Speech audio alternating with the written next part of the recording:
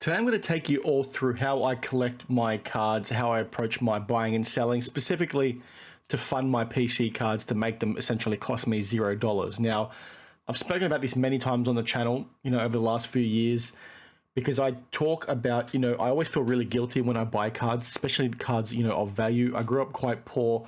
I find it hard to think of cards as being these expensive items. So to sort of counteract that point and make it so I feel less guilty about approaching it is, I'll buy cards for the PC. I'll then buy cards to sell to basically make profits on to then fund that, PC item. It's pretty basic. Everybody does this in some capacity. I'm just going to take you through, how I do it. I'm going to take you through, an Excel document that I use to sort of help track this. But again, everybody does this differently. So if you have a different method, please share it down in the comments below. But also, if you don't like my method, please don't judge. Just let me know how I can be doing things better. These things are pretty crude. So again, please don't take it to heart. Now, I just wanted to quickly show you, some of the cards that I do buy, because I want to highlight that they aren't just, cheap cards. Some of these are expensive. So this is a Diego Costa Flawless 22 of 25 patch auto, or relic auto, I should say, dual relic auto. It is match worn. I've got a Marco Verratti here, 1 of 1, which I think is I bought it for like 400 USD at the time, probably overpaid, who knows, but pretty cool to have in the collection. Ivanovic, soul of the game, piece of the boot auto, 10 of 15. Diego Costa from the same set and the same parallel. There you go. And then also a Donnarumma, gold prism from Select Euro 2020. So you're probably talking close to $1,000 worth of cards there, maybe more, maybe less, maybe I'm getting that number wrong. But I essentially, buy these, and then because I could buy a card like that, 1 of 1 for $400, I typically feel pretty guilty. So it's like, okay, well, how could I try and make this, less stressful for me, as an owner? Because, one of the concerns I often have as well, before I take you through my spreadsheet, is, let's say the card market tanks overnight, and the card that I've just paid a lot of money for is no longer worth that, and I need to pay an urgent, medical bill, or, I've got a young daughter, I need to buy something for her, right? And I see cards as being a quick flip, so I can quickly sell that and buy the thing that I need to get for her. If you've paid, a lot of money for a card and you haven't really won that money back through selling, then it's a down market. You try and sell that card, you're going to make a loss on it. You're going to feel really hesitant to sell that card, or you're going to feel really guilty about selling it, having lost some money.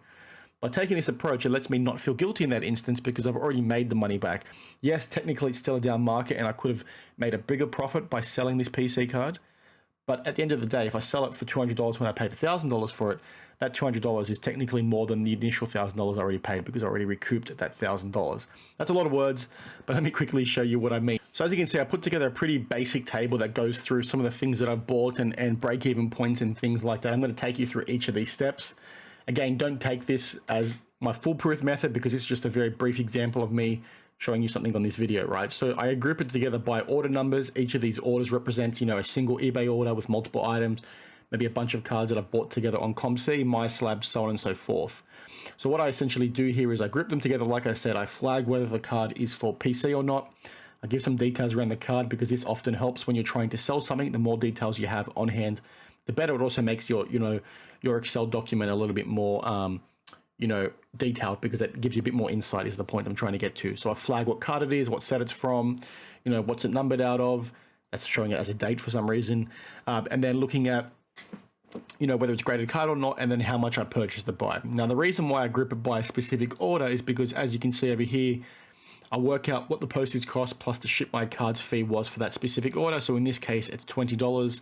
Again, these numbers are already converted to Australian dollars. And it's just an example, so please keep that in mind.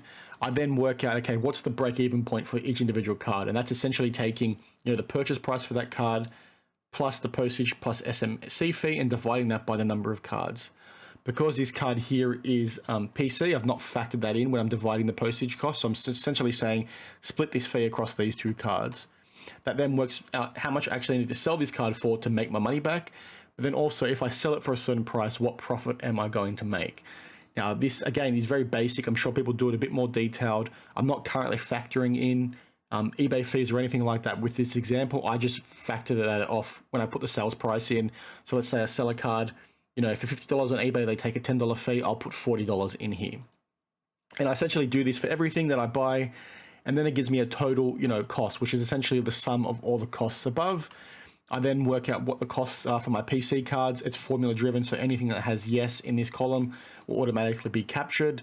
It's not like that in this example, but that's how I have it in my live spreadsheet. So in this case, I've got to make back $181. Now, right now, when I've bought these cards, I've factored in, what I anticipate to sell them for. Again, keep in mind, these are examples, so some of these things might be high. Don't judge me for those. So I say, okay, well, I'm expecting to make, a $95 profit just by selling those cards. But that's not a profit in the sense of, making my money back on my PC card, because if I want to get this card for free, I need to, sum the two of these or subtract these from each other to work out, okay, how much have I actually made back? So right now it looks as though, using this as an example, if I sell all these cards to make this kind of profit, I'm going to have a $95 profit. It means there's $85 left of my PC card that I need to make a return on. Now, again, pretty basic, but what it allows you to do is come into here and say, well, okay, I think I can break even on this card. Okay, it brings it down to $63. As an example, I think I can sell this card for $120.